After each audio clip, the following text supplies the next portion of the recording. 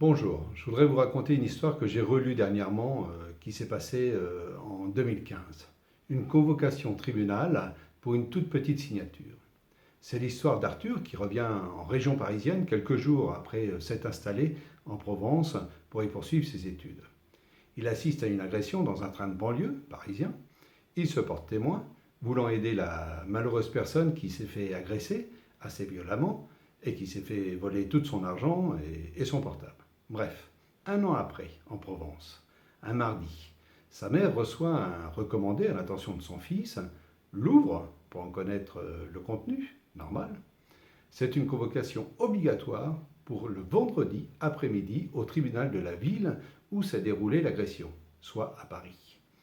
Il est précisé qu'aucun renseignement ne sera donné concernant le sujet. C'est une convocation irrévocable.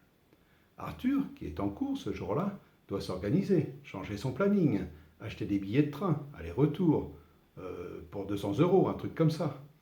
Sa mère s'inquiète durant 3 jours concernant cette convocation, jusqu'à en avoir des insomnies, des questions dans sa tête, voire des suspicions envers son fils. Quant à Arthur, de même, il se pose plein de questions. Il est très embêté, faut qu'il loupe une journée de cours. En plus, c'est en début d'année. Arthur fait le voyage. Une fois sur place, le vendredi, une personne lui indique que c'est juste pour une signature, afin de valider son témoignage qui date d'il y a un an.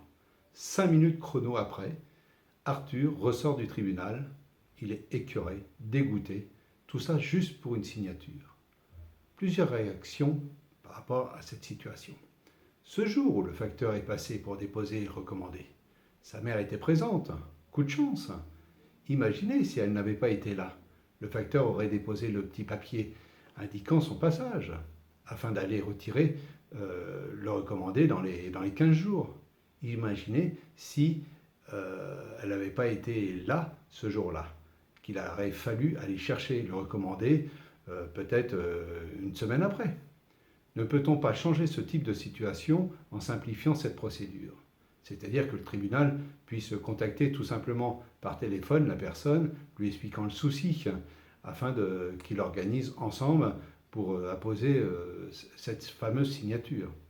Cette façon d'agir de la part de la justice est très agressive et décalée pour résoudre ce type de petits problèmes. Convoquer le vendredi par recommandé, reçu le mardi, n'est-ce pas un peu poussé ? Message aux concernés. J'aimerais bien savoir comment ils réagiraient si c'était eux. Sans parler des frais de train, de la mobilisation, du traumatisme d'angoisse et du changement de planning, tout ça pour une toute petite signature. Un tel comportement de la justice est une honte. J'espère qu'aujourd'hui, en 2020, ces situations sont simplifiées.